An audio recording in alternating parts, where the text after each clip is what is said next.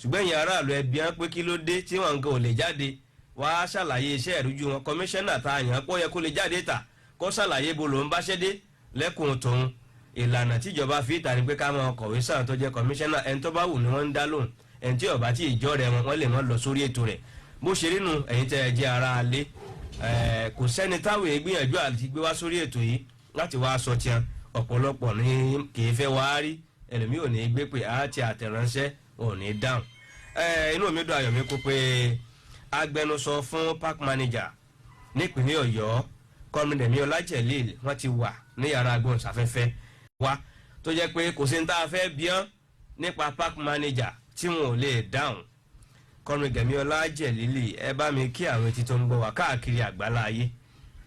akí gbogbo lé o ẹ káàárọ̀ o Ọlọ́run bá máa ṣe àmọ̀nàwọ́ o àmín ìpínlẹ̀ Ọ̀yọ́ Ọlọ́run jẹ́ kó bàjẹ́ àmín. ẹ jẹ́ kọ́kọ́ bẹ̀rẹ̀ ìbéèrè ní báyìí ìfẹ́ sọ̀tàn láàárọ̀ púpọ̀ ṣùgbọ́n á yà síbi ìtàn nítorí pé bọ́mọ ọba bá ìtàn yóò bá àrọ́bá ẹ jẹ́ kí n béèrè pé ìyàtọ̀ wo ló wà láàrin ìdarí NURTW àti park manager nípínlẹ̀ Ọ̀yọ́.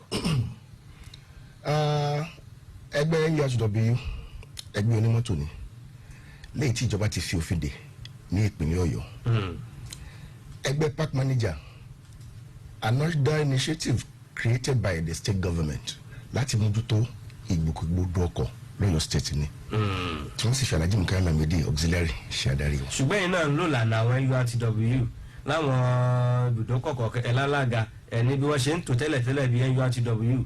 rárá dandan ní bàbá yẹn àwọn èèyàn síbi ìpele ibì kan á yàn àwọn tí ó mọ̀ darí wọn. àkọ́kọ́ lórí ọ̀rọ̀ tí pété ló ń darí wa lọ́yọ̀ state ní gbogbo onímọ́tò lọ́yọ̀ state lẹ́nìí Alhaji Mukaila Lamidi tí ọgbà ìmọ̀ auxiliary ló ń ṣe adarí wọn. ẹ wá rí i pé ní every local government tó rẹ́ rí i pé wọ́n dá ìjọ kan jọ sí tí wọ́n ní pé kó padà sóńdà. èyí tí ìdè bẹ́ẹ̀ ni mò ń bọ̀. so a yan àwọn èèyàn ẹnì kọ̀ọ̀kan tó wà ní ìgbọ́nu local government kọ̀ọ̀kan tí wọ́n ṣe adarí ọlọ́kàn bẹ́ẹ̀. ẹ báwọn NURTW náà ṣe yẹn tẹ náà gbà náà nù. báwọn ti lálága kọ̀ọ̀kan ní. ẹ fara balẹ̀ tẹ bá ní wọ́n yan president kan ní Amẹ́ríkà àní president kan ní Nàìjíríà bá a ṣe ń darí ọ̀tọ̀ọ̀tọ̀ lóyún ní ó ṣe rí àmọ́ ní ti báwọn ṣe ń ṣe ìjọba títí wọn kọ́ làwa ṣe ń ṣe ti park manager. bó o lẹ ṣe ń ṣe ti yín. títí wa bẹ́ẹ̀ bá káàkiri ní ìsìn ẹ ṣe ráwọn ìyàtọ̀ kọ̀ọ̀kan tí ò pọkàn mọ́ sí NURTW gbogbo nǹkan tó jọmọ́rọ̀ NURTW jàgídíjàgan ni. níbi tí ẹ tiẹ̀ lọ ń dà àwọn ní Alhaji auxiliary bá ń kọjá lọ báyìí tá ń kọjá ní gbòòrò lásán wọ́n dáhùn yẹn dúró ni bí ìgbà tí gómìnà ń bọ̀ ni fún bí ìṣẹ́jú mẹ́wàá ó ṣojú tèmi náà o. níbo ẹ ti ṣojú yín. àwọn ọ̀sẹ̀ máa kọjá. ẹ jẹ́ ní nǹkan sí yín. ó yá ilé kémi náà gbọ́. gbogbo ẹni tó bá ń gbé Alákíá sí Ìwó road ẹ mọ̀ tán pé ní hold up ńbẹ. ntí Alhaji Mukaila Lamidi tó ṣe nínú ọdún ẹ mọ̀ pé gbogbo àsìkò ọdún gbogbo owó rẹ̀ máa ń clumsy ṣé pé tó hold up bẹ̀ máa ní agbára ẹ tó bá kọjá náà yóò mọ iṣẹ́ takuntakun tí Alhaji Mukaila Lamidi tó ṣe ń bẹ̀ bẹ́ẹ̀ náà challenge mi báyìí tí wọ́n ní pé tá bá hold up nbì kan wọ́n á sáré àti manura hold up yẹn wọ́n á wá lọ sí ti rúùtù hold up yẹn tó ti ṣẹlẹ̀ láti lọ clear ojú ọ̀nà wọ́n tẹ̀kì àsìgẹ́bẹ̀ gbókè o kí ni tí ń fa hold up gangan so ìwọ̀nba táwọn máa ń ṣe ẹ máa gbá kò rí wọn ẹ̀wọ̀n jáde wọ́n ṣe kíní kan ṣe rí ẹni tí ó borí jẹ́ kò ní í gbé. wọ́n sì ń tọ́ka sí abala òfin kan yẹn section 7 subsection 5 òfin ilẹ̀ wa Nàìjíríà ọdún 1999 tó ń ṣàlàyé pé ìjọba kò lẹ́tọ̀ọ́ àti yẹn park manager pé ọ̀rọ̀ tó ní ṣe pẹ̀lú àgbowó lọ́wọ́ awakọ̀ ó ní ṣe pẹ̀lú àwọn alága àjọba àbílẹ̀ ńgbà táyà ìdọ́jọ́ méjì wọn náà tún yẹ̀yẹ́ padà sípò tó jẹ́ pé àwọn alága àjọba àbílẹ̀ ti mẹ́mẹ́ adélé gan lọ́nà náà wọ́n fi hábẹ̀ ní wọn ò dìbò yẹ̀ wọ́n ṣe wá lérò kó tọ́. ẹ ṣe àkọ́kọ́ ẹjẹ́ akọ́wò genesis ọ̀rọ̀ ìbúṣe wá ẹni tó gbé ẹjọ́ lọ sí court á dé bẹ́ẹ̀. ẹjẹ́ àwọ̀ pé kí ni tiẹ̀ pẹ̀lẹ́jọ́ tó gbé lọ kóòtù báwo ló ṣe kàn sí. òun la alága ń gbà náà. nígbà náà bẹ́ẹ̀ ni tó ti kúrò ń bẹ́ẹ̀ ní ìsìn ṣé nígbà tó wà ń bẹ́ẹ̀ ṣé òfin yẹn ò tí ì sí ní kò tí ì sí nílẹ̀. òfin yẹn wo lẹ́ ń sọ. constitution tí wọ́n kọ́ sọ pé kí olókàgbọ̀n yẹn kó máa control gbogbo park. nígbà tí Alhaji Abidi ní egbèrè tó ń ṣe chairman. ṣèbó níye táwọn NURTW máa ń fún àwọn àwọn òṣìṣẹ́ local government máa ń bẹ was the local government control was the owó. local government controlling the motor parks lásìkò wọn. nítorí pé ẹgbẹ́ tiwọn náà dá dúró. ẹ ṣe sùúrù the question is ẹ wo gbogbo state tó ń bẹ Nàìjíríà ẹ kó sùn dáadáa all the 33 states 36 states are in Nàìjíríà yìí ẹ mú state kan jẹ́ pé tó local government wọn ló control motor park wọn yàtọ̀ sí Ọ̀yọ́ state lẹ́nìí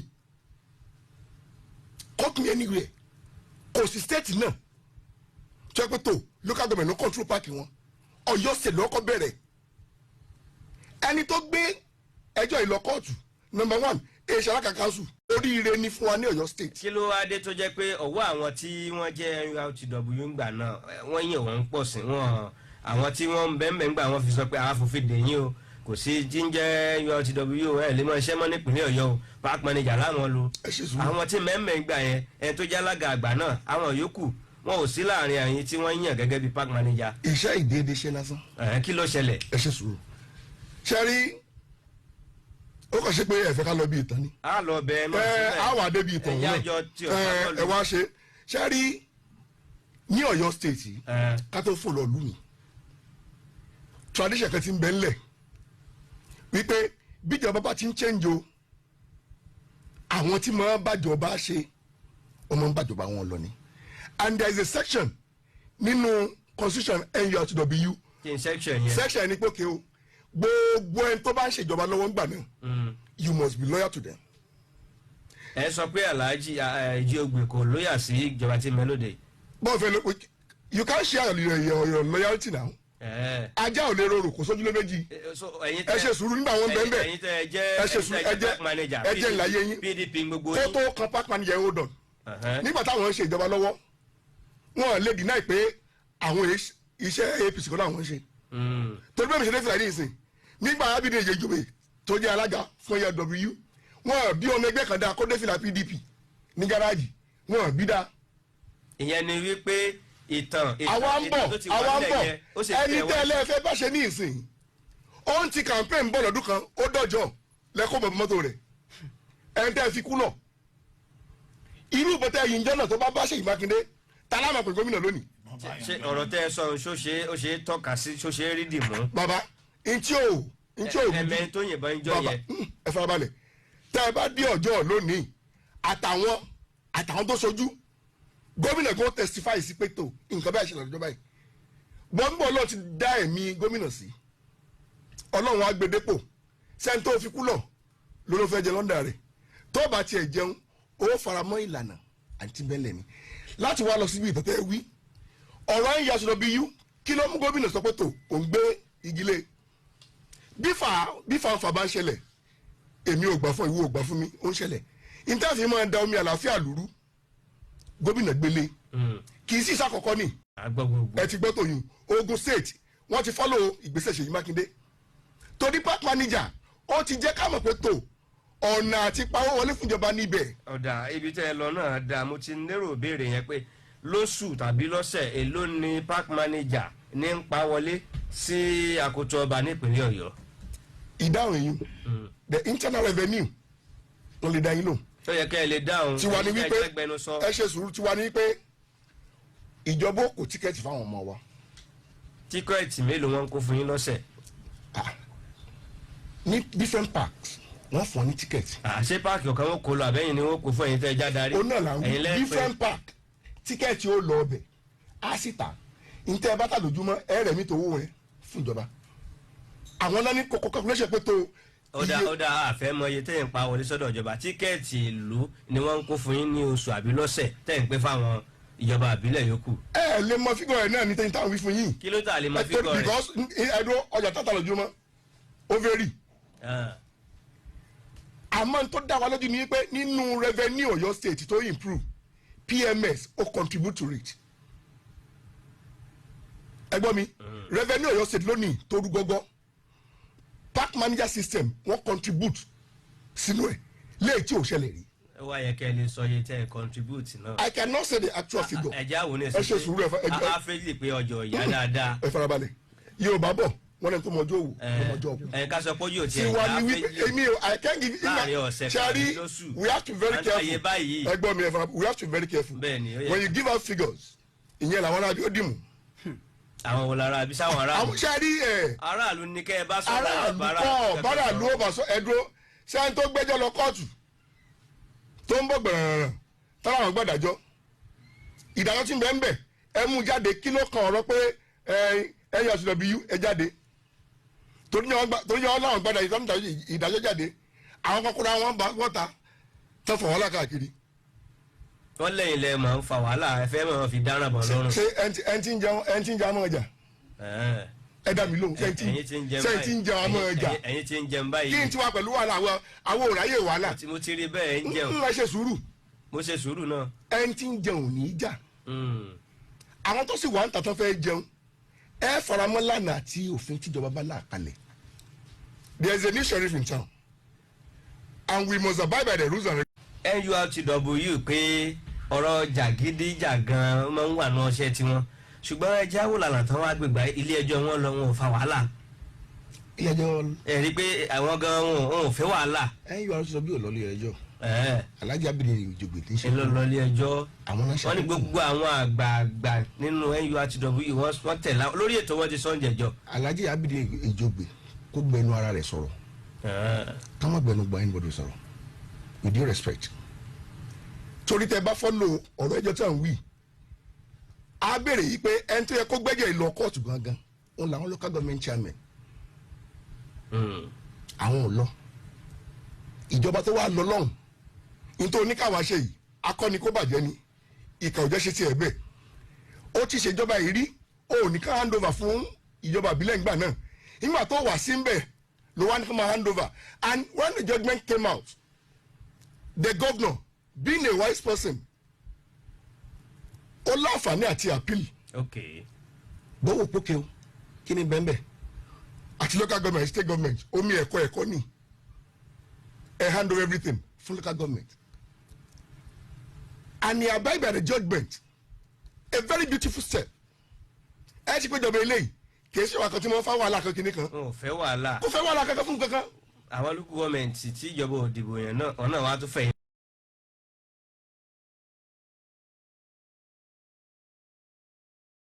affairs.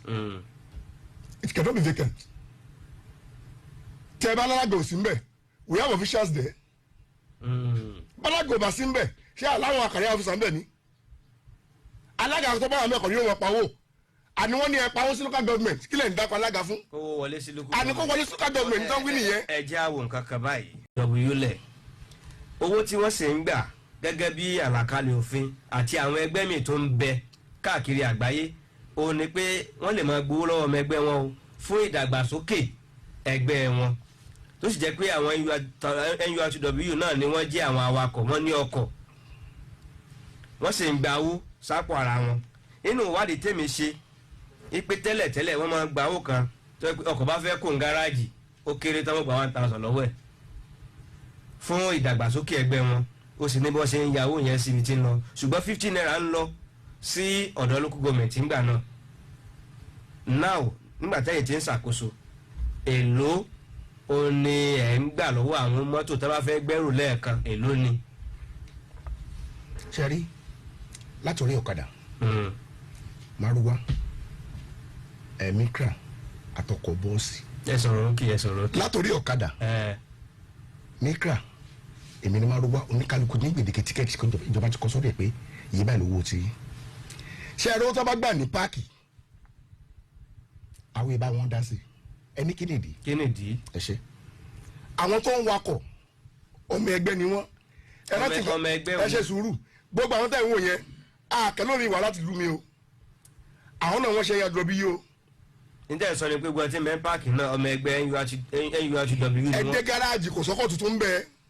ẹ wá tó fọ́ lórí ẹ̀fẹ́ láti máa gbowó ẹgbẹ́. owó wo là ń gbà owó tó ń gbà láàrin ara wọn ìfarabalẹ̀ ṣe rí ẹ rí i pé. wọn ò ṣẹgbẹ́ mọ́ báyìí. ẹ náà ni owó yẹn àwọn kò sí tọ́ka Alhaji Mukaila Lamidi pẹ̀lú owó tó ń gbà. ó yẹ kẹ́ ẹ fòkú sí. ẹ ṣe sùúrù àwa kò kí sí tọ́ka wẹ ìdí nì wọ́n ní mọ́tò wọn tó ń lọ láti Ìbàdàn lọ lú mi bírú ọkọ̀ bẹ́ẹ̀ bá dínlẹ̀ ọlọ́mọdé accident tó bá ṣẹlẹ̀ gẹ́gẹ́ iná ṣe wọ Nàìjíríà yìí ìṣọ̀ránsì yín ìjọ òní tó dá yín lò ẹni tó gbọ́kọ̀ ojú títì tọkọ̀ lọ àwádìí farapa àárí ìgbìmọ̀ láàrin ara wọn tí nǹkan bá sọkọ wọn ẹ ti rí wọn tèèyàn gbìmọ̀ torí ọkọ̀ yẹn tẹ̀ ń wò kan bóyá bíbí méjì mẹ́ta ló so mọ́ ọkọ̀ ẹ̀yọ̀kan lásán so wọn ìfẹ́ kọjọ́ kọ́kọ́ wọn ṣubú kámọ̀ níbi kan tó wọ́ bọ̀ wọn ò lè dúró de ìṣọ́ránsì bọ́kọ̀ bá ṣubú lẹ́ni sìn kí ìṣọ́ránsì sọ́dá yín lóhùn ó lè tó sún mẹ́ta kí ilẹ̀ bí àti ìgì ni wọ́n mọ̀ jẹ́ tí wọ́n bá lájẹsẹ́kù owó tó ń gbẹ̀lẹ́ ara wọn ibo ni wọ́n tọwọ́ bọ̀ so láyé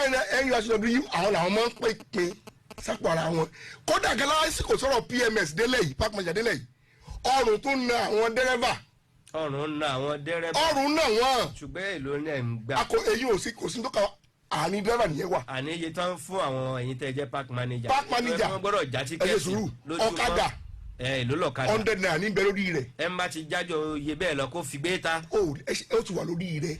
100 naira 100 naira ní ọ̀kadà àti mọ́rúwá.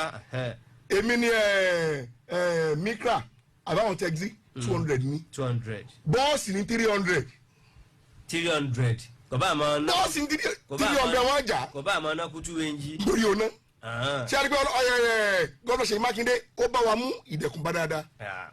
tí ó sì rí bẹ́ẹ̀ láyé National Union. ìkan wà o tí wọ́n pè ní 5,000 naira. my dear brother ní ìwòrò òdu mo ti gẹ́ I heard them listen. wọ́n ní wọ́n ń gba owó kan lọ́wọ́ àwọn. níjọ́ tẹ́ ẹ gbọ́ ìfọ̀nìjọ́ tó ń sọ ń bí ẹ gbọ́ ẹni tó sọ ń bí a gbọ́. kí ló sọ tí a gbọ́. gbogbo ẹ̀rọ àwọn náà mọ́nítọ̀ ẹni kó mú yín débẹ̀ ẹni wọ́n mú yín débẹ̀. ṣé ẹ wo bí wọ́n wà á sọ̀rọ̀. ẹ lọ gáràjì káàkiri ẹ farabalẹ̀. àwọn èèyàn máa bẹ̀rù ìfẹ́ sọ̀rọ̀ ta. ẹ farabalẹ̀ atọ́kùn ẹ lọ gáràjì káàkiri. ìwádìí tẹ́lẹ̀ ẹ ṣe. má jẹ wọn bàjọba ẹ lórúkọ jẹ you go to the garages. ẹ máa gbọ́ ohun tí mò ń sọ fún yín ìwádìí tí mo ṣe ní ìwòrò wọn ní pé owó kan ń bẹ tọkọ bá fẹ́ gbèrò tí ń lọ kápẹ́ ń lọ ibì kan bóyá kó àbábùjá ni wọ́n ń san 5,000 naira ní pé ọlọ́kọ̀ tó bá lóhùn ọ̀sán nígbà ìjọba là ń pawó fún yàtọ̀ fún owó tíkẹ́ẹ̀tì ni o àwọn ò ní rí. máa ń tó sì gbà nù. ọ̀dà níbi tá a dé yìí kí n tó tẹ̀ wájú ná ọ̀pọ̀lọpọ̀ àwọn tó jẹ́ awakọ̀ wọ́n ń gbọ́ wa lọ́wọ́ báyìí lórí ètò bó ṣe ń lọ ń kàn ní Lágẹ̀lú FM wọ́n ní pé òun là á mọ́ fàfà ìdíjì làbà bó bá rí bẹ́ẹ̀ bí ò bá rí bẹ́ẹ̀ kò nílò kí ẹsẹ̀ wọn tẹkàn létí káàkiri ẹ̀yin ará ilé náà ń gbọ́ wa káàkiri àgbáyé èyí tí ó bá yẹ pé kò rí bẹ́ẹ̀ ẹ jẹ́ kí gbogbo àgbáyé ó mọ̀ káwa wò pé ta ni wọ́n ń purọ́ o ta ni ń sòdodo hello ta ló ń bẹ lójú òpó hello. hello ẹ káàárọ̀. ẹ káàárọ̀ sà kí ló kọ yín bó lẹ ti ń pè. mo pè láti Ẹlẹ́yẹlé. ò ń gbọ́ yín. nǹkan lórúkọ mi fẹ́rí gbogbo ọ̀rọ̀ tí ọ̀gbẹ́ni tó wá sojú PMS yẹn sọ irọ́ pátápátá ló ń pa. ṣọ́ra wa kọ̀ ní yín àbí bò lẹ ṣe jẹ́ iṣẹ́ ò lẹ̀ ń ṣe. aráàlú lè mí. aráàlú ni yín. bó dẹ̀ ṣe ń lọ ni mò ń tẹ̀lé. ó yá ẹ ṣàlàyé bó ṣe ń lọ tẹ̀ ń tẹ̀lé orí ètò bó ṣe ń lọ náà lẹ wà yìí. ẹ ṣe mo dúpẹ́ bẹ́ẹ̀. mi ò kì í ṣe awakọ̀ American sọ́tà. technician oníṣẹ́wọ́ ni mí ní Ẹlẹ́yẹlé ní ṣọ́bọ̀dọ̀ mi wà. fẹ́rí àwọn park manager kan láwọn yàn àti àwọn chairman wọn gan wọn ti bàálù jẹ wọn ò pawó fún ìjọba o òun kálukú roko sí àpò ara rẹ̀ ni. kí lẹ rí tẹ́ fi sọ bẹ́ẹ̀ ṣé ẹlẹ́rìí máa jẹ́ mi sọ̀rọ̀ tí ò bá ní tíkẹ́ẹ̀tì ẹ̀ máa sọ lórí ètò yìí àbí rìsíìtì jàre. mo ń gbọ́ yín ó yá.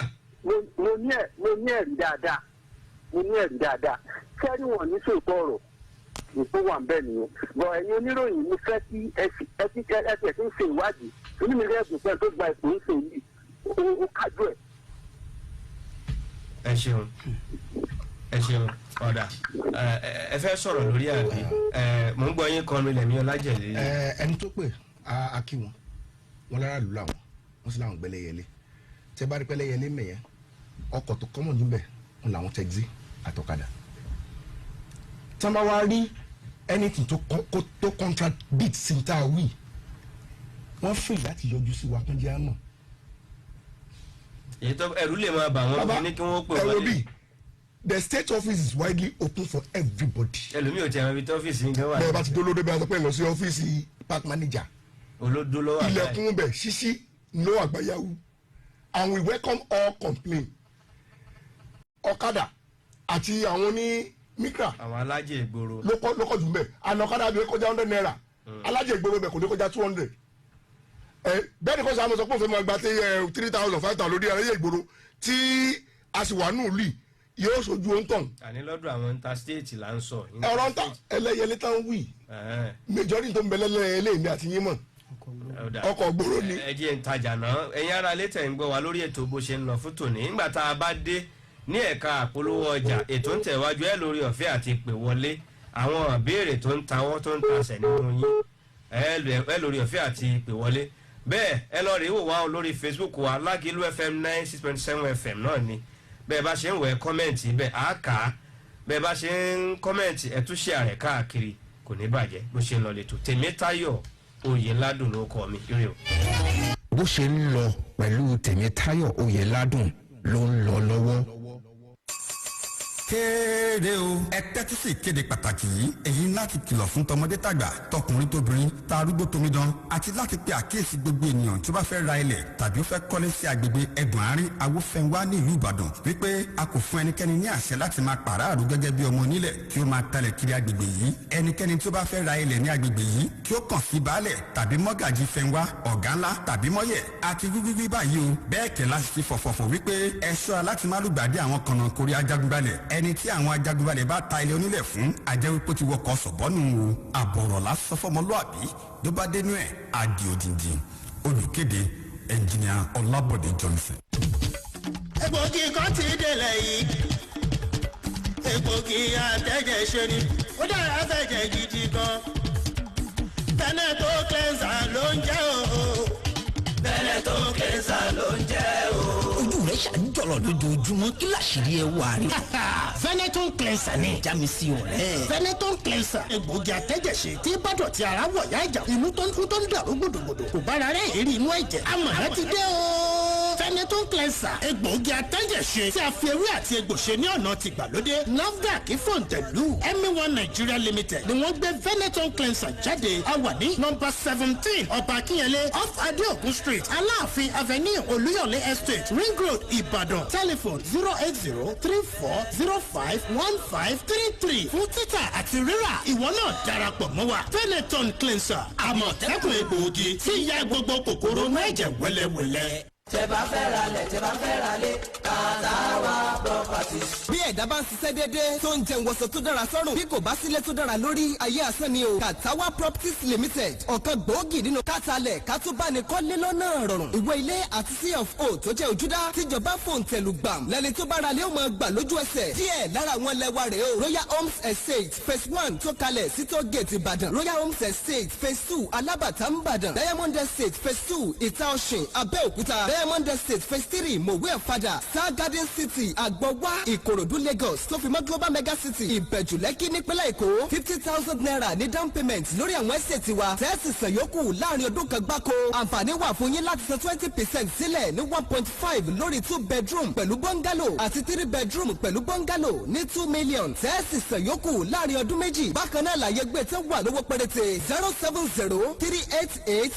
070-388-04-841 Katawa Properties Limited addressing the future.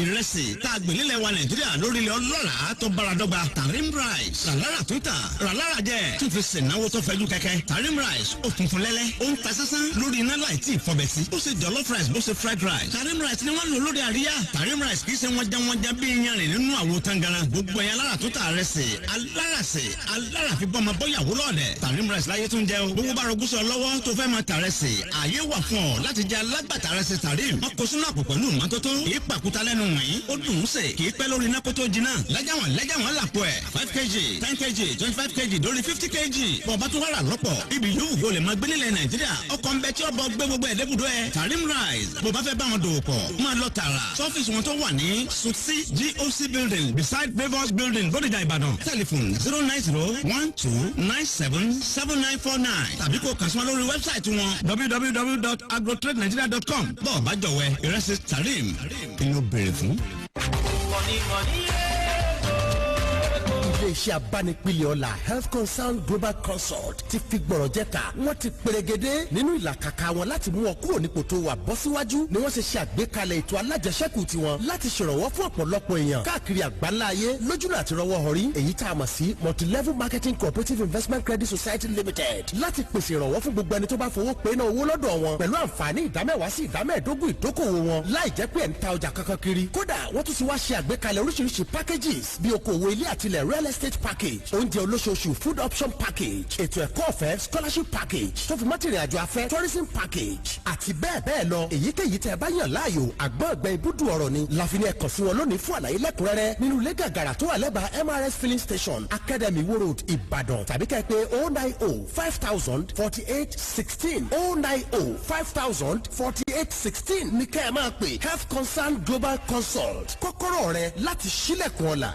ayé bá dùn fún ẹ ó yẹ kọ́mọ lu àbí dúpẹ́ o. congratulations o aláṣẹ àtolùdarí iléeṣẹ́ Top One Garden gbogbo yẹn lápẹ́ síbi àjọ̀dún ogún ọdún tá a dá Top One Garden sílẹ̀. bákan náà ayọ̀ jẹ́dayọ̀ aláṣẹ ilé ìgbafẹ́ Top One Garden náà wọ́n tún pé ẹni 50 ọdún 50 years. àríyá oníbejì gbáà ni ní Top One Garden pẹ̀lú eléré tó gbàgbádà àlùbáríkà wọ̀ Pasuma Wonder ìjọ àlùjọ yóò pàkájà àríyá pẹ̀lú Pasuma Wonder ní Top One Garden lọ́jọ́ kẹtàdínlógún oṣù kẹta ọdún 2021 aago 10 àárọ̀ lè tó ti bẹ̀rẹ̀ gbàgbàgbà ní Budweiser àti ọ̀nàrìbù nọ́sùgà dúró gbangba gidigba wípé àjọṣe ni o aṣọ àkàrà ti jáde 4,000 lásọ ẹ̀mùrẹ́ kábìtì dẹ́ndẹ́dẹ́ndẹ́ deep freezer plasma tv generator ọ̀kadà yàrá tuntun yìnrìn tó bá ti rìn aṣọ rí dájú pọ̀ ń gba tíkẹ́ẹ̀tì rẹ̀ tíkẹ́ẹ̀tì lọ́ọ̀mà nà sí Pasuma Wonder tó sì máa gbẹ̀bùn ẹ lọ́wọ́ ẹ̀ lójúkọ̀rọ̀jú àwọn òṣèré mi tó ń bọ̀ tó lóògbé 3 leather ọba bí Sarafa Santos ìyáàfin ọ̀gá ńlá top ovation band owó ọmọ aláyọ̀ Don Skido àǹkárá ti wà ní Top One Garden ní Ìbàdàn tasco office gbé ńlá Ìbàdàn lágbájá promotion lálùpàn tasco àlùbáríkà ló package ẹ̀ Pasuma ti gbéná orí kárí o ẹ̀jẹ̀ àjọ yẹ ní Top One Garden.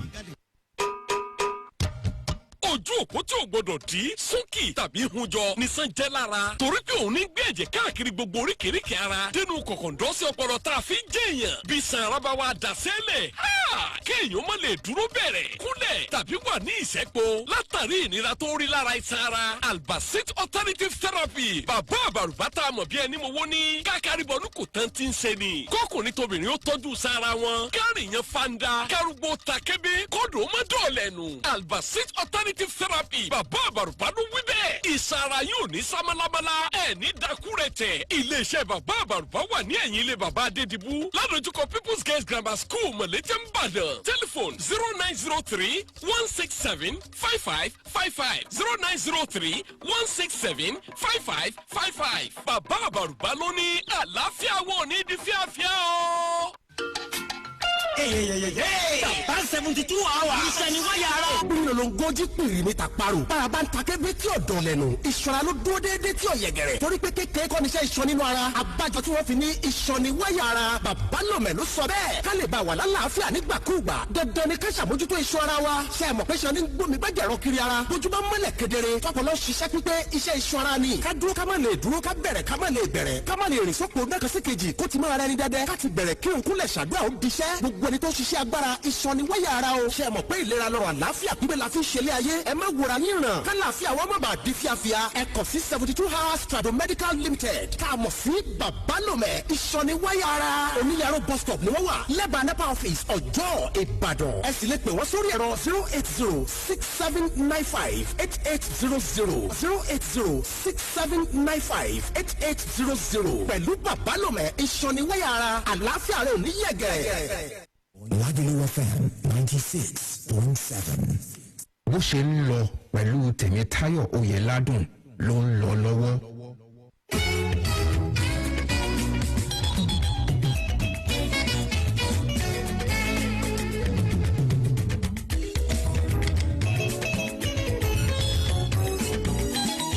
bó ṣe ń lọ lẹ́tọ̀ yìí ìkànnì Lagelu FM òkè tó ga jòkè níbẹ̀ lẹ ti ń gbọ́ wa káàkiri àgbálá ayé lórí ètò bó ṣe ń lọ. ẹ má gbàgbé pé bẹ́ẹ̀ ṣe ń gbọ́ wa ẹ lórí ọ̀fẹ́ àti wò wá kétékété lórí Facebook wa bákan náà bẹ́ẹ̀ bá ṣe ń wẹ̀ kọ́mẹ̀ntì bẹ́ẹ̀ bá ṣe ń kọ́mẹ̀ntì ẹ tó ṣe àrẹ̀ káàkiri àgbálá ayé ni kẹwàá láìkẹ̀ pẹ̀ fẹ́ràn wa àwa gan fẹ́ràn yín ẹ̀yin tí a tẹ̀ mẹ́mẹ́fà lóòrèkóòrè. Comrade Ẹ̀míọlá Jẹ̀líl ẹ káàbọ̀ sórí ètò lẹ́ẹ̀kan sí i. Yorùbá bọ̀ wọ́n ní pé ibi tí a bá roko tì sí níbẹ̀ ni à á fàbọ̀ sí lórí ọ̀rọ̀ tíkẹ́ẹ̀tì mo fẹ́ kẹ́ ẹ ṣàlàyé ẹ̀kọ́ yí àwọn aráalé dáadáa. ṣe rí pé bá ń já tíkẹ́ẹ̀tì àbí ṣe rí ọ̀kadà pẹ̀lú àwọn márùn wá tààrí tíkẹ́ẹ̀tì olójúmọ́ kan 100 naira ní múrí márùn. ṣe rí mikra pẹ̀lú àwọn tẹ́gì ọkọ̀ tó ń gbèrò káàkiri àárín ìlú àwọn ajé ìgboro yẹn 300 naira lówó tiwọn lójúmọ́ ní wà nígbà jù bẹ́ẹ̀ lọ. ṣe rí gbogbo bọ́sì tó jẹ́ bí bọ́ọ̀sì à ń lọ Ìbàdàn à ń lọ kíníkan ní 1,500 lówó wọn. 95 million naira. 1,500 lówó wọn kò jù bẹ́ẹ̀ lọ òṣòwò míì lábẹ́nu kò sí èdè ìchàsí. bọ́ ọ̀rọ̀ tí àwọn bọ́ bá ṣe láàrin pé àwọn ọ̀rọ̀ àwọn dẹ́rẹ́bà láàrin ara wọn ìjọba bá wọn dá sí yìí. ó dà ẹja wa wò báyìí ó ní bí ọmọdé ò bá bá ìtàn yóò bá àròbá ẹja wo ọ̀rọ̀ tó jẹ mọ́ NURTW lórí pé ìjọba tí bá ń bẹ lóde òun ni ẹgbẹ́ ni máa bá a ṣe eléyìí tẹ́ mẹ́nubà fẹ́rẹ́jógí lẹ́ẹ̀kan ni ẹja ti ọ̀pá bọ́ọ̀lù ká bẹ̀rẹ̀ láti ọdún 2003 nígbàtí Àgbáoyè Ládọjà tán bẹ ní ṣàkóso nígbà yẹn mo sọ níjẹjọ wípé lásìkò náà ni ló jẹ́ wípé wọ́n fi àwọn ẹ̀sùn wọ́n fi kan Alhaji Tóókì Òǹgbà náà ẹni tó jẹ́ amòfin àgbà ní Nàìjíríà fẹ̀sùn kàn wọ́n sì mú wọn fi ẹ́ sátìmọ́ wọn lò bí ọdún 2 ààbọ̀ níbẹ̀ lásìkò yẹn ó ní gómìnà Ládọjà àgbà yẹn tí wọ́n jẹ́ Àgbáoyè ńlẹ̀ Ìbàdàn báyìí wọ́n wá tẹ̀lé ẹnìkan wọ́n mú mọ́ra ìyẹn Alhaji Táwà wọ́n mú mọ́ra láàrin ọdún ẹjẹ́ ń fò kí n tó wá sí ọ̀dọ̀ ti Alhaji Auxiliary láàrin ọdún 2011 sí 2019 yìí lásìkò yẹn gómìnà àná wọ́n fà mọ́ olóògbé ìyẹn Fẹ́lẹ́ wọ́n fà mọ́ wọn wọ́n sì ṣàkóso ńgbà náà wọ́n lò bí ọdún bíi 7 kó tó di pé ọlọ́jọ́ dé kọ́nà bá fọ̀rọ̀ kẹ́ wọn kó tó di pé igbákejì wọn ìyẹn Alhaji Lateef Ejiogbe àwọn wọn ní tó mọ̀ bá ṣe lọ́n torí pé wọn náà kúkú ní alága ṣùgbọ́n kó tó dìgbà yẹn láàrin ọdún 2009 sí 10 sí 2011 àwọn ìṣẹ̀lẹ̀ kan ṣẹlẹ̀ ńbàdàn tó mẹ́lẹ̀ títí lásìkò ìgbà yẹn Alhaji Tóókì ni wọ́n jẹ́ alága NURTW nígbà tó jẹ́ yí pé Alhaji Sàlàkọ́ Eléwí ọmọ àwọn ń gbà yẹn ni làwọn jẹ́ ẹ̀pẹ̀ ní first vice ni wọ́n jẹ́ ńgbà náà lọ́hùn ọ̀rọ̀ ṣe bí awuyewuye kan gbà yẹn tó fi rí pé wọ́n gbàjọba kù lọ́wọ́ Alhaji Tóókì ṣé àwọn kan lọ ilé ẹjọ́ ńgbà náà ńgbà wọn lọ ilé ẹjọ́ àwọn Alhaji Tóókì jẹ ọ̀rọ̀ di wàhálà àwọn ò ní kú ẹ̀yin ò ní kú ọ̀rọ̀ ńlá fàfàfàfà ní nǹkan bí ọdún 2010 ni Alhaji Sàlàkọ́ Eléwí ọmọ ẹni wọ́n ṣekú pa wọ́n lórí ọ̀rọ̀ yìí náà ni àtàwọn làásìgbò míì tọ́jọ́ mọ́ NURTW Alhaji Auxiliary àwọn òpin òun ò ní gbàṣẹ àwọn náà rí pé àwọn ẹja alága kó tó di wípé gbogbo ẹ̀ wá jẹ́ lọ́mú lọ́dún 2011 nígbà tí Abíọ́lá Ajímọ̀bí tí wọ́n di gómìnà tí wọ́n wá òpin ọ̀dà ta láwọ̀ àyàn báyìí wọ́n wá ní pẹ̀tọ́ fẹ́ni tó wù yín lẹ́ àfẹ́ wàhálà láàrin yín mọ́ ní wọ́n fi fafẹ́lẹ́ lẹ̀ ńgbà náà ṣé nǹkan bẹ́ẹ̀ ni wọ́n fẹ́ kó tẹ̀ wájú nípínlẹ̀ Ọ̀yọ́. ẹ ṣe ẹ rí i pé gbogbo wàhálà tẹ wí ó ṣẹlẹ̀ ní ọ̀ndà NURTW bí dẹ̀ ṣe máa ń ṣẹlẹ̀ láàrin ẹgbẹ́ yẹn nìyẹn ṣe rí òfin bẹ́ẹ̀ nú ẹgbẹ́ yẹn bọ̀ wọ́n ti pa òfin bẹ̀ tì wọ́n ti wá mú tradition kí ni tradition tí wọ́n mú ni yé pé gbogbo ẹni tó bá ti wà pẹ̀lú ìjọba kan tíjọba fi lè dìbò tó wọlé automatically òun yóò bọ̀ ọbẹ̀ and that has been existing tipẹ́tipẹ́ gbogbo ẹ ṣe ń kà bọ̀ lájú alájì tẹ̀yẹ̀ Tóókì bọ́tà wà bọ́ sí Alhaji Eléwí ọmọ tẹ̀ kan Alhaji Auxiliary òṣèlú máa ń tọwọ́ bọ ọ̀rọ̀ national union ni. ẹ sì fún ọ láàyè. kò sí báyìí fẹ́ ṣe é báwọn ṣe ní ṣe. kí ló dé tẹ́gbẹ́ NUT ò fún ọ láàyè. NUT. ẹgbẹ́ náà. ẹ ṣe sùúrù affiliation NUT òun náà ni NURTW ṣèkẹ́tọ̀rọ̀ mi sè ọmọ ẹgbẹ́ ara ọmọ ẹgbẹ́ ẹ̀bẹ̀ ni wọ́n bọ̀ wọn láti ń bẹ́ẹ̀ ní ẹ̀dá dúpẹ́ pé àwọn ti fìdí sọ́dọ̀ àwọn olóṣèlú dẹ́gbẹ́ kan kú ti mọ̀ pé tó ibi tí n bá ṣe sí òun ni màá ti jẹ lọ́fi jẹ́ mọ́kàlùkù máa ń mú igun tiẹ̀ wọ́n wá ń tàbí tẹ́tẹ́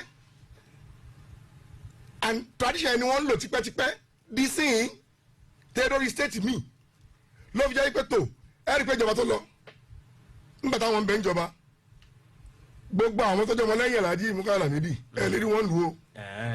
ara wọn náà ní kọrin Rótìmí Ọládèjì. bẹ́ẹ̀ni Ọládèjì. ara wọn gbogbo ọdẹ ìwé yìí ẹ lérí wọn láàrin ìlú. ẹ sọ̀rọ̀ sí ti ń bẹ́ńlẹ̀. ẹ súnmọ́ máìkì dáadáa.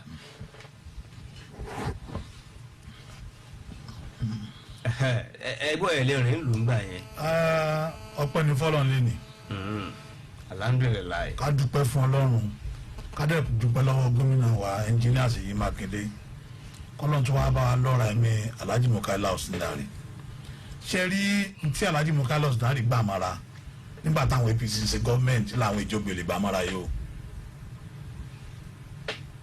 ẹ sọ̀rọ̀ kan lẹ́ẹ̀kan ẹni nígbà tí ó di pé láti ilé ìwé ọmọ kú Ọ̀ṣìndàrí lòun ò ní gbà ó lòun ó jalaga no Ọ̀ṣìndàrí ò du alága ń gbà yẹn tí Ọ̀ṣìndàrí bá du alága ni fẹ́lẹ́ ò ní débẹ̀ o 100% lóyà Alhaji Mukaila Ọ̀ṣìndàrí fi sọ́pọ́tì fẹ́lẹ́ ní fẹ́lẹ́ fi rí ìjọba ṣe o I'm telling you 100% lóyà. tàbí nítorí pé wọn ò sílùú ń gbà yẹn. no. ṣé ẹ mọ̀ pé wọn ò sílùú ń gbà yẹn. I was there gbà tán máa búra fún Alhaji fẹ́lẹ́ Alhaji Najimu Yasin ó dídí wà bá Alhaji Mukaila Ọ̀ṣìndàrí ni pé Ọ̀ṣìndàrí kí ló fẹ́ káwọn ṣe Alhaji Mukaila Ọ̀ṣìndàrí ni pé kàn lọ búra fún fẹ́lẹ́ pé gbogbo agbára tó ń bá nílò wọn fi sọpọ́tì ẹ̀. tẹ́ ẹ bá gbàgbé òbí ló tó ń ṣiṣẹ́ ní station yìí ó wá sí interview fún Alhaji Mukaila Ọ̀ṣìndàrí gbà yẹn ọ̀rọ̀ tí wọ́n sọ dè ní ó wà ń bẹ̀ kó parẹ́ o wọ́n fi sọpọ́tì fẹ́lẹ́ ni wọ́n dẹ̀ fi gáìdì ẹ̀ ni ọ̀rọ̀ fẹ́lẹ́ ló dájà Alhaji Mukaila Ọ̀ṣìndàrí àtàláyì tó kí o lẹ̀ pépà Alhaji Mukaila ti lè mọ sọpọ́tì Alhaji fẹ́lẹ́ Alhaji Mukaila dẹ̀ wò yí pé ọmọ kékeré ní fẹ́lẹ́ pé káwọn bàbá yẹn lọ sí mi pé tí fẹ́lẹ́ bá ṣe àwọn kéékèèké ìjọba wọn máa yàtọ̀ sí ìjọba arúgbó pé ariwo yìí ó lọlẹ̀ pé ìwọ táwọn sọ pé ó gbà ìwọ tókè ó sọ pé ó gbà tẹ́ bá dẹ̀ fojú inú wo pẹ̀lú tàtẹ̀ ti sọ sẹ́yìn yẹn náà tó ń fa controversy nìyẹn náà nísìn tẹ́ bá wá fojú inú wo ẹ rí i pé peace wà ń lù àwọn pípù ìkẹdẹ̀rẹ̀ àwọn Alhaji Ejogbe yẹn tí mọ gbogbo àwọn mẹ́mbà àwọn bàbá Bọ́lá gbogbo wọn ṣe rí gbogbo alájọ mọ́ra wa Alhaji Mukaila pé wọ́n jọ ṣe meeting láìmọye ìgbà wọ́n tún lọ sí secretariat tí rẹ́kọ̀dù ẹ̀ wà ń lẹ̀ àwọn ní ọ̀sọ́ pé àwọn ò ṣe àwọn làwọn ò ṣe àwọn ní làwọn ò ṣe Alhaji Mukaila ti agree pé k'Alhaji Ejogbe wá jẹ deputy òun àwọn ní ọ̀sọ́ pé àwọn ò ṣe o àwọn làwọn ò ṣe àwọn ní làwọn ò ṣe Alhaji Ejogbe sọ pé wọ́n làwọn ò ṣe wọ́n làwọn ò lè bájọba ṣe yìí ṣe tẹ́ bá dẹ̀ wò dáadáa pẹ̀lú ìgbà tíjọba ti bẹ̀rẹ̀ gbogbo ìgbésẹ̀ tí wọ́n ń gbé bí nǹkan ṣe dàrú ni I'm telling you tẹ́ bá rí rántí nítorí tíjọ kan wọn àwọn tí wọ́n sọ̀rọ̀ náà wọ́n á rántí déètì fúnra wọn tí wọ́n sọ fún gọ́fúnà pé òjò àrọ̀ sàn. níbo wọ́n ti sọ yẹn. ilé Ejogbe náà ti ṣe mítìn náà. ọlákọọlẹ. ó lákọọlẹ ó rọwà rẹkọọdù. It was published on Facebook. mo wà rẹkọọdù. Contracting governor. ìnífẹ́ ká mọ sọ̀rọ̀ tí ó ní sí. ìtẹ́ àwọn ẹ̀fọ́ àbá ṣẹ́rí tábà lórí rédíò àmọ́ ìmáfẹ́ ká gẹ̀ẹ́dẹ̀ ara wa. in tó ṣẹlẹ̀ ó wà live on Facebook. èyí ká wá gbà pé báyìí pé ẹ̀yin tẹ̀ ẹ̀yin jẹ́ park manager báyìí PDP gbogbo yín. ẹni tí ò jẹ́ PDP mẹ́nu wa o. àwọn wo ni ò jẹ́ PDP. ẹ ṣe sùúrù ààrẹ tó ṣèjọba ọdún mẹ́jọ lọ o tí ń bẹ́nu ìjọba yìí o. bóyá PDP bóyá ènìyàn ń nà sẹ́ẹ̀ ẹ̀gbọ́n tí mo sọ fún yín alẹ́ tó ṣèjọba ọdún mẹ́jọ lọ ọdún mẹ́jọ tó lọ ṣé PDP ni APC ni tó wà nù ìjọba yìí Alhaji Mukaila Lamidi kì í yẹ nìkan ní pọ̀sìn. ṣùgbọ́n Alhaji auxiliary PDP ni ọmọ ẹgbẹ́ PDP ni ọmọ ẹgbẹ́ PDP kò kú ọmọ ẹgbẹ́ rí ló fi jẹ́ nígbà wọn ṣèjọba wọn lọ kì í bá wọn dá sí i ọmọ ẹgbẹ́ PDP ló fi jẹ́ nígbà tó lè ṣẹlẹ̀. ìjà tí mẹ́lẹ̀ ìjà PDP APC. ẹ ṣe sùúrù ẹ̀yin lẹ́bẹ̀rẹ̀ Alhaji Mukaila Lamidi mo ń sọ tí wọ́n lè mí ń sọ Alhaji Mukaila Lamidi tẹ́mi sọ̀rọ̀ ọmọ ẹgbẹ́ PDP ni. PDP lẹ́yìn náà. PDP lèmi náà. ẹ̀yin kọ́ Alhaji. PDP ni mi tó ní kọ́. ó jẹ́ pé PDP náà. ẹ̀yin olé ẹ̀fọ́ abalẹ̀ nígbà àwọn ṣẹlẹ̀ ṣẹṣẹ̀ ní lẹ́kọ̀ọ́ tẹ́ǹsì olúọmọ ó gbé fọ́tò APC rẹ̀ ta ló mú sí. everybody ní liberty àti ṣẹgbẹ́ tó bá wù ú.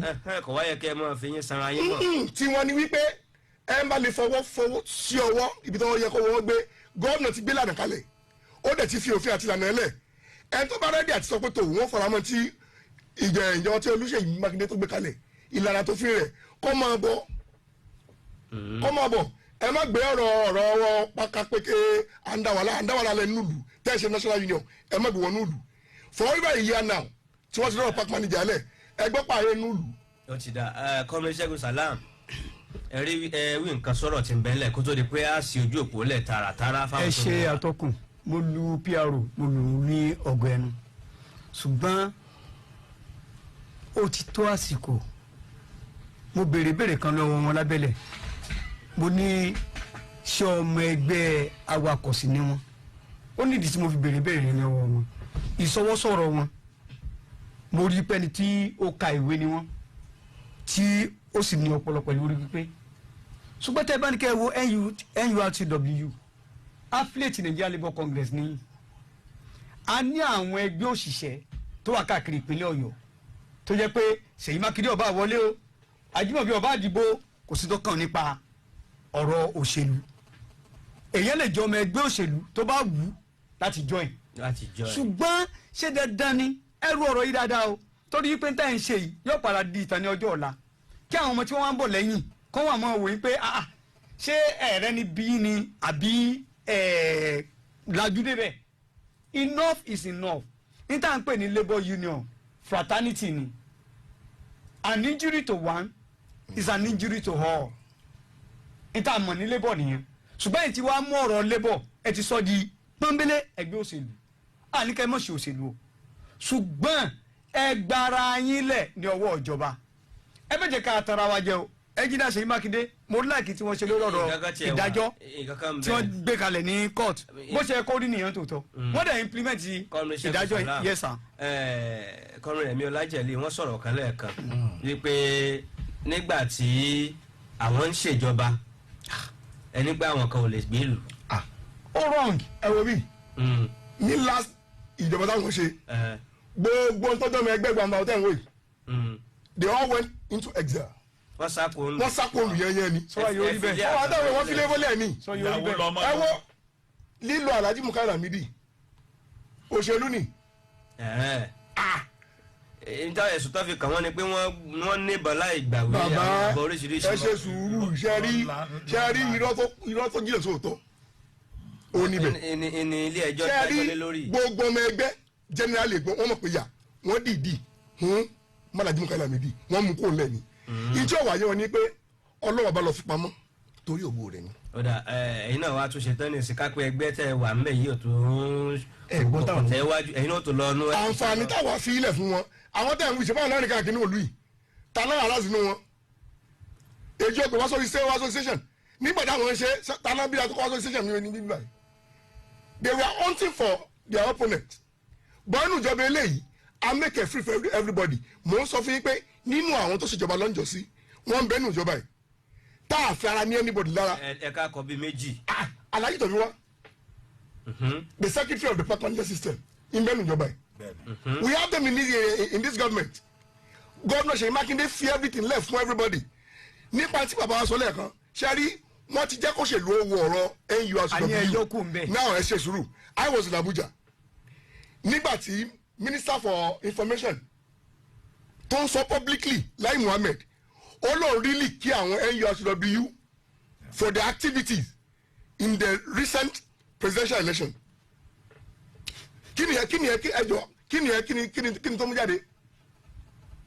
odidi Minister for Information I was in Abuja ó sọ jáde ó lóun kí àwọn NURTW that means wọ́n ti gbóṣèlú wọnú gbogbo tẹ́ ń wò yìí òṣèlú ti wọ́ bẹ̀ ẹ̀ẹ́dì pé tí Ṣèyí Mákindé gbé kalẹ̀ yìí nìsín àwọn state wọ́n ti ń bóró ẹ̀. ẹ jẹ́ àgbà pé ọ̀pọ̀lọpọ̀ èèyàn ń pè láti ilé wọ́n fẹ́ dá sétò ẹ̀ ló ta ló mẹ́mẹ́. hello ẹ kú. ẹ káàárọ̀ o. ẹ káàárọ̀. kí ló kọ́ yín mo lẹ ti ń pè. Ọ̀túnba Adébísí ló sọ̀rọ̀ mo pé láti Ọ̀mí Àdìó. látọ̀mí Àdìó ẹ dá sétò yìí. inú mi dùn pọ̀pọ̀ ní ọ̀sẹ̀ tó kọjá àgbàkẹ́ gbé Òjògbè wa lọ́mọ mi láǹfààní láti gbé mo rẹ̀ inú mi dẹ́dùn pẹ̀lú àwọn ìbéèrè tẹ́ bí wọn. bẹ̀rẹ̀ ṣe gbé opponent wa lẹ́yìn náà inú mi dọ́fẹ́ ti dùn. ṣebí firstly mo fẹ́ kọ́ bí àwọn àlejò yín ní ìbéèrè kan. ṣé wọ́n lè fi òtótó lọ sọ̀rọ̀ pé èlò gan ni wọ́n recommend Ọ̀yọ́ state government. mo fẹ́ sọ ilé kí fi kásẹ̀ lẹ̀.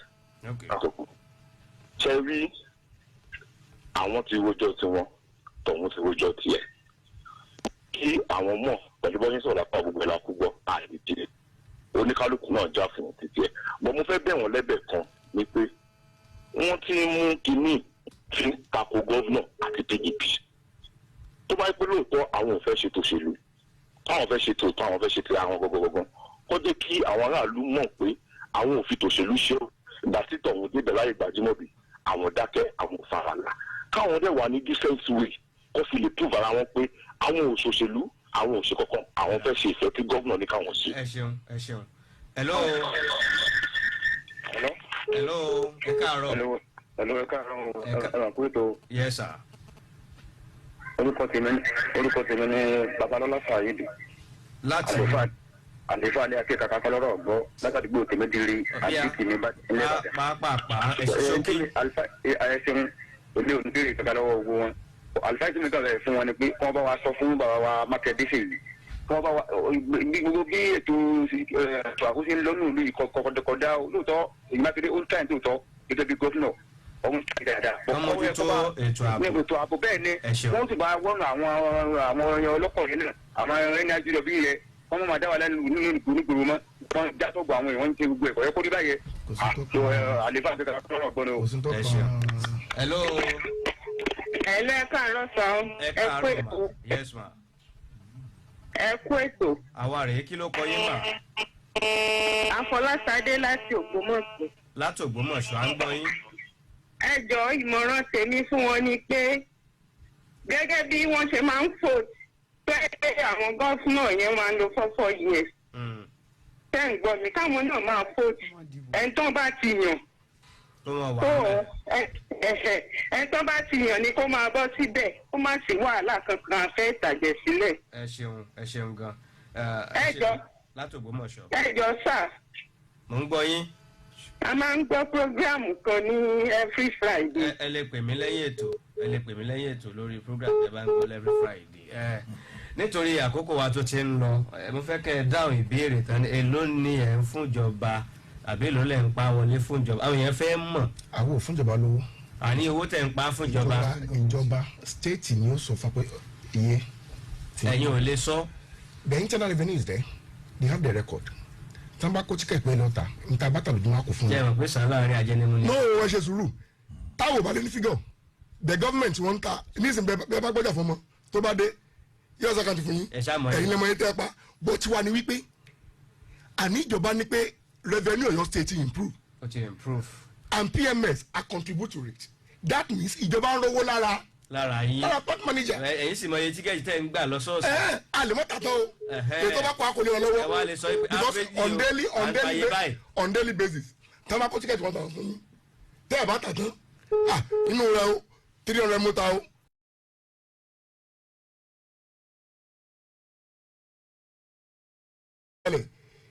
whenever tí a bá ti interview the internal revenue àwọn á ní proper documentation. ẹ kẹ́yìn ó lè bóòsì ẹ̀ náà pé àwa. ẹ̀ṣọ́ ní nìsín ẹ̀dùn níbàdàn lásán we have 11 local government.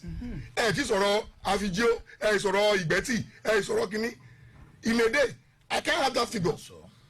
bóyá mọ iye tíkẹ́ẹ̀tì tí ń dé sọ́wọ́ yín lọ́sọ̀ọ̀sẹ̀. I can't lójúmọ́. a lè mọ̀ báwo la ṣe fẹ́ mọ̀. ọ̀dà bó lẹ́sìn wa mọ iye tí ń wọlé sọ́dọ̀ ìjọba. ìjọba on every monthly average on a monthly record wọn á gádà gbogbo ní wọn jọ ní táwọn padì. ẹ ṣeun àlẹ torí àwíjàre kí tó wá tán lẹ́nu adúpẹ́ ọlọ́wọ́ agbẹnusọ fún park manager nípínlẹ̀ Ọ̀yọ́ Comrade Ẹ̀míọlá Jẹ̀lé eléyìí tí a pè wọ́n tí wọ́n jẹ́ wa lórí ètò bó ṣe ń lọ fún tààrọ̀ yìí à ń kí Comrade Rotimi Ọládèjì náà adúpẹ́ o wípé a pè yín tẹ́ ẹ jẹ́ wa Comrade Ṣẹ́gun Salam ẹ kú dìde o ẹ sì kú àdúrótì àti gbogbo àwọn yòókù náà eléyìí tí Akínyẹlé 1 Akínyẹlé 2 Akínyẹlé 1 Akínyẹlé 2 eléyìí tí Alhaji Kabiru ẹ̀dá olúwọlé tí ẹ̀kọ́ wọlé pẹ̀lú Comrade Ẹ̀míọlá Jẹ̀lé wá sórí ètò bó ṣe ń lọ fún tààrọ̀ ni alẹ́gbàgbọ́ pé bàbá tó pè yín gbà mí ẹ̀ tún jẹ́ wa. lágbára náà. lórúkọ gbogbo àwọn tí a jọ ṣètò fótò ní